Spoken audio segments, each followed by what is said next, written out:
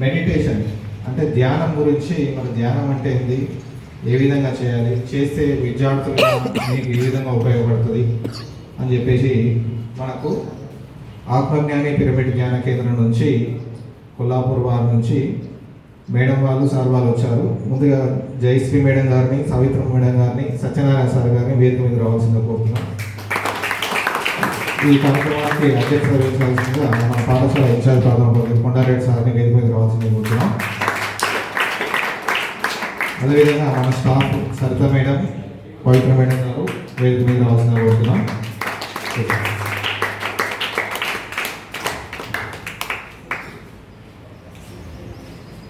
కూర్చోండి.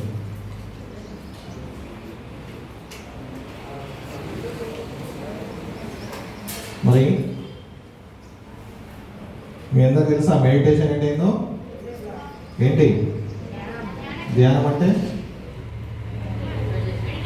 మెడిటేషన్ అంతే, అంతవరకే తెలుసు. ధ్యానం అంటే మెడిటేషన్, మెడిటేషన్ మరి ఇంకా ఏంది విస్తృతంగా తెలియాలంటే మనం ఈరోజు మీటింగ్ అటెండ్ అయితే మనకు వచ్చిన మేడం వాళ్ళు, సార్ వాళ్ళు చాలా వివరంగా మెడిటేషన్ అంటే ఎలా చేయాలి, చేస్తూ ఉపయోగాలు ఏంటివని తెలియజేస్తారు. వాటిని మన నిత్య జీవితంలో ఉపయోగించుకుందాం.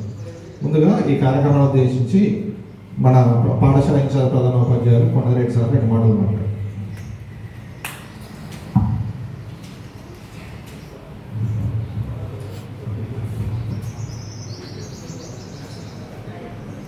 మన జయశ్రీ మేడం గారు, సత్యనారాయణ, సావిత్రం మేడం గారు మనకిప్పుడు మెడిటేషన్ గురించి చెప్తారు. వాటి వల్ల లాభాలు ఏంటివి, మరి అది చేస్తే మనకు ఏం లాభం ఉంటుంది, మరి ఎందుకు చేయాలి, ఎట్లా చేయాలి అనేది వివరంగా చెప్తారు. మీరందరూ కూడా విని పాటించి రోజు మీరు కూడా చేస్తే మీ నిత్య జీవితంలో మరి ఆరోగ్యం మంచిగా ఉండడానికి ఉపయోగపడుతుంది. కాబట్టి మీరందరూ కూడా ఉపయోగించుకోవాలని కోరుతూ మరి ఇంతతో ముగిస్తుంది. ముందుగా మనందరి జగద్గురైన బ్రహ్మర్షి పితామహ పత్రిజీకి పాదపద్మం నమస్కరిస్తూ ఒకసారి గట్టిగా క్లాస్. ధన్యవాదాలు తెలియజేస్తున్నాను. ఇక్కడ చిన్నారి బాలికలు మీ అందరూ కూడా నా యొక్క హృదయపూర్వక అభినందనలు తెలియజేస్తున్నాను. ధ్యానం అంటే ఏంటో తెలుసా మీకు అందరికీ? ధ్యానం ఎలా అంటే, ధ్యానం అంటే తెలియదు అంటున్నారు కదా. మరి ధ్యానం అంటే ఒక ప్రశాంతత, ఒక మానసిక ప్రశాంతత.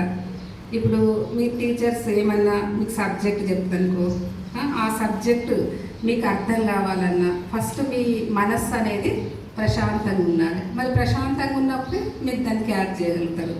మరి మన మనసులో ఆలోచనలు ఎప్పుడైతే ఉంటాయో అవి మీ బుర్రకి ఎక్కుతాయా? ఎక్కవు కదా.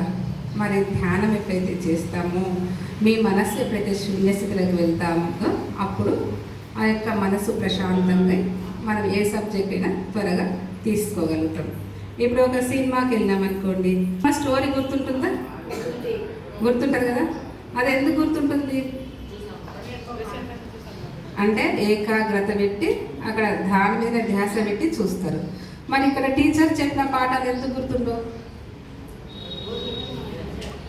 దాని మీద దృష్టి పెడతలేరు కదా. మరి దాని మీద ఎప్పుడైతే దృష్టి పెట్టరో మరి అది ఆ పాఠాలు కూడా మనకు ఆ లెసన్స్ కూడా ఎక్కువ. మరి మీరు ఆ మనస్సు ప్రశాంతంగా ఆ శూన్యస్థితిలోకి ఎలా తెచ్చుకోవాలంటే, ఒక ఎగ్జాంపుల్, 2 వాటర్ గ్లాసులు ఉన్నాయి అనుకోండి. ఒక గ్లాస్ నిండా వాటర్ ఉంటుంది, ఇంకో గ్లాస్ నిండా వాటర్ ఉండదు. మరి ఆ వాటర్ నిండు పోసినాక ఇంకాస్త నీళ్ళు పోయండి, ఏమవుతుంది? కింద పోతాయి. మరి అదేవిధంగా ఆ ఖాళీ గ్లాసులో పోస్తే నిండు ఉంటాయి కదా. మరి ఆ నిండా ఉన్నప్పుడు మీ మనస్సు కూడా ఆ ఖాళీ గ్లాస్ లాగా మీరు ఎప్పుడైతే ఉంచుకుంటారో అప్పుడే మీ టీచర్ ఏదైనా లెసన్ చెప్తే అది వినగలుగుతారు. మరి అది మేము అంటే మరి అలా ఇప్పుడు కొంతమందికి టీచర్స్ అంటే భయం ఉంటుంది. తర్వాత బుక్స్ ఏదైనా సబ్జెక్ట్ కాకుండా అందులో కూడా భయం ఉంటుంది కదా. మీ పేరెంట్స్ అంటే కూడా భయం ఉంటుంది. ఎందుకు ఆ టీచర్స్ అన్న భయము, పేరెంట్స్ అన్న భయం ఎందుకు ఉంటుందంటే మీకు చదువుల అవగాహన లేక వాళ్ళు ఏమంటారో అనే భయం అనేది ఉంటుంది. మీరు ఏదైనా ఉంటుందా ఉండదు అందరికీ. మరి అవన్నీ పోవాలంటే మనం ఏం చేయాలి? మరి భయానికి ఏమైనా ట్యాబ్లెట్స్ ఉంటాయా వేసుకోవడానికి?